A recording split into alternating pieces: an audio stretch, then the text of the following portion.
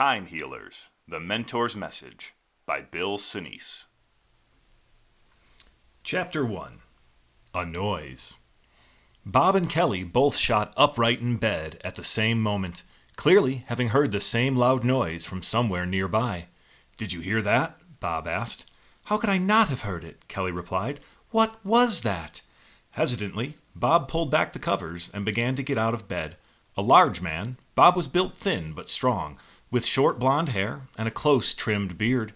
He was used to being the one to investigate anything out of the ordinary. Looking around, he said, "No clue. It might have been an appliance going out. I'll go see what's up." Adding a white t-shirt to the shorts he'd slept in, Bob made his way out of the bedroom and into the hallway. To his left was a bathroom and their daughter Lisa's room. To the right was Bobby Jr.'s room and a guest bedroom further down the hall.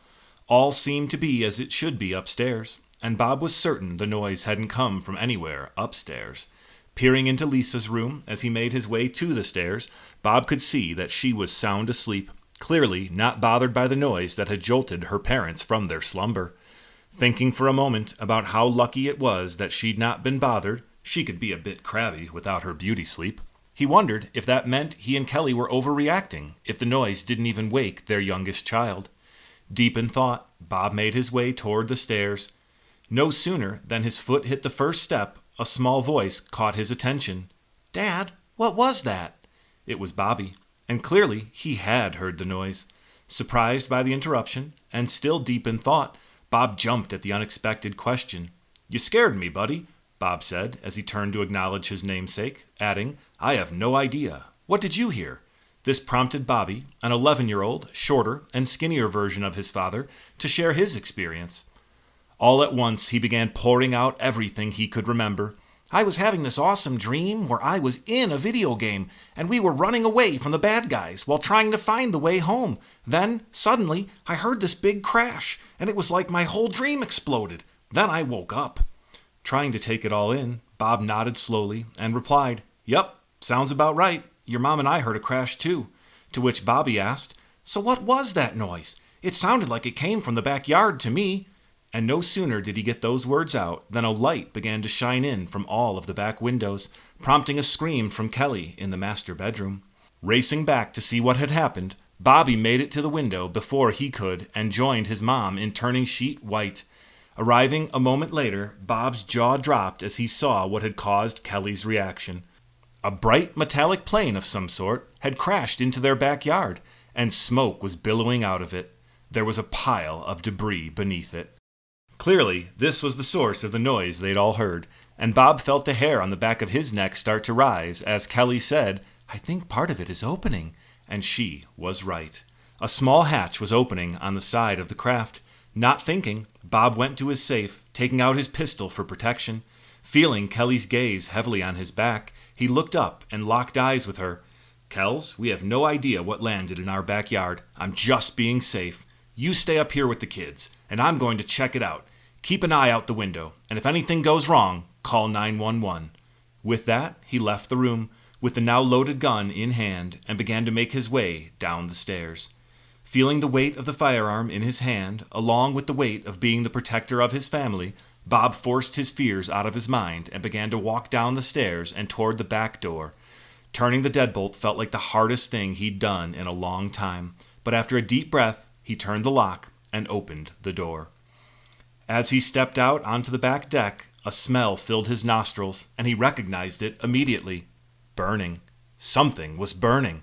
Without thinking, Bob set down his gun and raced for the garden hose, turning it on full, and began dousing what now looked larger and more like a spacecraft than an airplane. As soon as the water hit the metal sides, a loud hiss filled the air, and smoke began to billow as hot and cold met. The hatch they'd seen opening from the window was now fully ajar, but Bob hadn't seen anything emerge from the hole. Continuing to douse the craft in his yard with cold hose water, Bob couldn't help but ask himself, "What the heck is this thing?"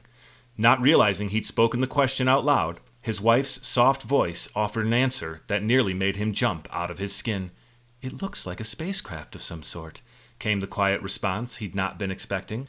Spinning around to see Kelly standing in her black shorts and pink tank top that fit tightly around her short, athletic frame, Bob was first filled with anger that quickly turned into concern. "I thought I told you to stay inside with the kids," he said as he looked up to the window they'd been looking out, only to see Bobby waving. Looking back to Kelly, he saw that she was staring past him at the crashed spaceship, or whatever it was. "What is it?" he asked, and her response was unexpected. "I came down because I didn't think you saw him." "Him?" was all Bob could say before he finally saw it, the being that had emerged from the vessel and was now lying beside it. Uncertain of what to do next, Bob stood, weak-legged, trying to think of the best course of action. But Kelly seemed like she knew exactly what to do, and she had already begun to walk toward the visitor, who was lying next to the unknown vessel. Her long brown hair fell past her shoulders, yet somehow looked as though she'd managed to brush it before joining him in the backyard. It took until she'd crossed half the yard before Bob could shake himself out of his stupor and take a few quick strides to catch up. Grabbing her by the arm, he said, "What are you doing? We don't know what that thing is." To this, his wife gave him the same sad frown he'd seen 1,000 times before when telling her not to go near that stray dog or hurt cat. "I think it's hurt, Bob," she said, and that was that. Nothing he could say would change her mind after that. From the time they'd saved a turtle on the side of the road during their first date, Bob knew that he'd never get Kelly to leave a hurt creature be. They'd both been bitten and scratched more than once, but together they'd also helped hundreds of animals, big and small. After all, healing animals is what they both decided to dedicate their lives to, and why they went into practice together as veterinarians about the same time they were married. Working together had its ups and downs, but they both enjoyed it more often than not. Bob was always a bit more focused on the business side of things, and made sure the practice grew profitably, while Kelly brought the compassion that kept them in demand with picky pet parents. Now, Bob was afraid his wife was about to drag him into something they weren't prepared for, which gave him an uneasy feeling in his stomach. But, like he always did, Bob pushed the feeling out of his mind, took his wife's hand, and began to walk with her toward the creature lying in their yard. Bob tried to take in the scene around him as they walked toward the spaceship and the thing lying next to it. What he'd thought was a spaceship was looking less like it would be fit for space travel as he got closer. Beyond that, the crash site didn't look much like a crash site, nor did the ship appear to be all that damaged. It seemed the noise they'd all heard was probably the ship crushing their backyard swing set, which it had landed on. Oddly, while the wood structure was charred, collapsed, and broken into pieces, it appeared more like it had exploded around the ship and less like it had been crashed into. For one thing, the ground under the ship wasn't damaged, other than where splinters of wood had poked into it. Beyond that, the damage to the ship was limited to scratches and dents, with none of the signs of impact you'd expect to see when something solid crashes into something else solid. Rousing himself from his thoughts, Bob realized they'd made their way close enough to the creature to get a good look at it. Now that they were closer, it became clear that it was no creature, but an older man with long gray hair, a full gray beard, and thick black glasses. Somehow, he looked familiar, like this wasn't the first time Bob had seen the face before him. Suddenly, a sound caught his attention, and he realized the man before him was trying to speak to them.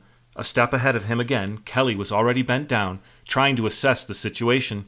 "Come over here, Bob," came her soft voice, with just a bit of panic. "I think he's trying to tell us something." Inching closer to his wife and the man, Bob could hear him more clearly now. The voice was thick and pained, with the gravelly sound you hear when someone badly needs to clear their throat, but he was trying to say something. Bending down, Bob was right beside the man and shoulder to shoulder with Kelly, who had also crouched down to try to hear better. As he leaned in, Bob could just make out the words, "Where am I? What year is it?" along with other questions that seemed to be coming one after the other. Trying to listen and think, Bob responded without meaning to, "Well, it's 2020, of course, and you just landed in our backyard in Evergreen, Colorado." This news seemed to shake the man from his line of questions, and he stopped suddenly with a gasp. After a loud breath, a new question came, clearer this time than the earlier questions. "Did you say 2020?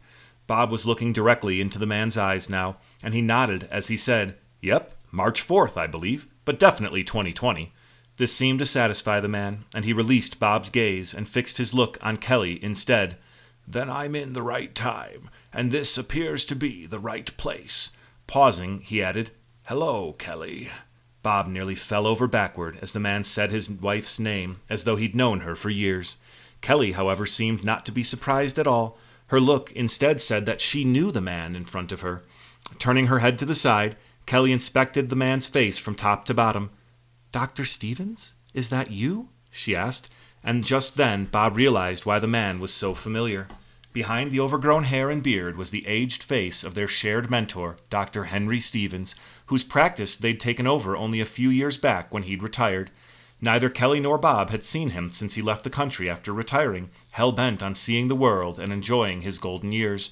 Kelly's voice broke the silence that had grown thick since asking her first question. "Doc, it is you. What happened to you? You look different." Bob saw it too. Their mentor hadn't been a young man when he retired, but right now he looked a good 20 or more years older than Bob remembered. Kelly's voice trailed off, and she stared at Bob with fear in her eyes, but she quickly turned back to the man lying on the ground as he confirmed, Yes, Kelly, it's me, and I need to tell you something. But first, do you think you can help me up?" Nearly in unison, Bob and Kelly began to assess the situation, looking for any trauma needing immediate attention. However, there didn't appear to be any. Again, it looked less like their mentor had been thrown from his craft in a crash, and more like he'd simply fallen while trying to make his way out after being shaken up by a bad landing. Confident that sitting him up was safe, Bob helped him off the ground and to his feet. Despite his aged appearance and awkward arrival, Doc didn't seem hurt and moved relatively quickly from the ground to his feet. Reading the confusion on their faces, he cleared his throat and began to speak again. "I'm sorry to come to you like this," he said, "but I need your help. Both of you. I need both of you to help me." Bob and Kelly looked at each other with confusion, but he continued. "You see, back in the early 1980s, I was visited by a man claiming to be from the future who brought me a message. The message was simple but terrifying. He told me he was from the distant future and that the fate of all humankind was in great peril." This brought a soft chuckle from Doc, who didn't seem to believe the man in his own story. After a brief pause, he said, "I didn't believe him at first, but at the time I was known to read a bit of sci-fi, and I had an open mind, so I heard him out. But the man didn't make much sense, and what he told me was all about things far enough in the future that I thought he must be mad." A deep crease formed on the older man's forehead, and he looked troubled. "His story would have been easy enough to dismiss, but his warning was not. He told me if I didn't follow his guidance, I'd be responsible for the end of humankind. So I wrote down what he told me and said I'd do my best to do what he told me, but this didn't satisfy him. 'No,' he'd shouted, 'you must do exactly as I say. Follow what you've written word for word or all will be lost.' I was so taken aback that I agreed and promised to follow his guidance when the time was right." This last part came slowly, as if he didn't want to say what he'd just said. "So, what did he tell you would happen?" Kelly asked, breaking the silence. Doc took a few moments to digest the question before answering it. Even then, his answer was slow in coming. "Well, first, he told me that I'd meet the two of you, and that from the moment I did, I'd need to follow his instructions very carefully." This information seemed to hit Kelly like a ton of bricks, and she took a few steps back. "What do you mean he told you you'd meet us?" she asked. "We met by total chance." And this was true, as far as Bob knew at least. They had just graduated from veterinary school and decided to move to Colorado from Illinois to start a new life together. They had taken turns reaching out to rural veterinary offices in hopes that one might need not just one, but two new veterinarians for their practice. It had been random when they dialed Dr. Stevenson's practice in Evergreen. When he responded that he needed two new veterinarians due to recent growth in his practice, it felt like fate had smiled on them. However, the thought never crossed their minds that the man who'd become their mentor was anything other than a random stranger with a need in his business that they could fill. But thinking back, what the man was now saying did make sense. In hindsight, Bob felt their workload was very light despite Doc insisting he needed them both. After he retired, they never really needed to consider adding a third doctor to the practice, always feeling like they could handle the work as a duo with the usual support staff. Looking at Kelly, Bob could tell she was taking the same mental journey through their meeting of the man now standing in their backyard next to an odd-looking ship and not quite getting it all to add up. Kelly's eyes never left Doc. She appeared to be studying him. She repeated her question. "What do you mean he told you that you'd meet us? And what instructions did he give you?" Judging by how he nodded as Kelly asked, these seemed to be questions he expected. His response came slowly, as though he wanted to be sure he said the words right. "He told me a young female veterinarian would call me looking for work for her and her husband, and he said that I needed to hire you both, and teach you as much as possible about caring for every type of medical case." This all rang true to Bob. They'd been shocked at their luck when Dr. Stevens agreed to hire them both, despite not having an extensive practice. Then they both were floored by the doctor's willingness to teach them everything he knew and his desire to always treat the most complex cases he could find. Bob had always chalked it up to his unique personality, but this explanation did make more sense. Bob wasn't sure what Kelly was making of all this, but her look had gone from troubled to curious, which worried him. "So, what else did he tell you?" she asked next, and Bob was sure he wouldn't like the answer. This again had Doc nodding as though he expected the question.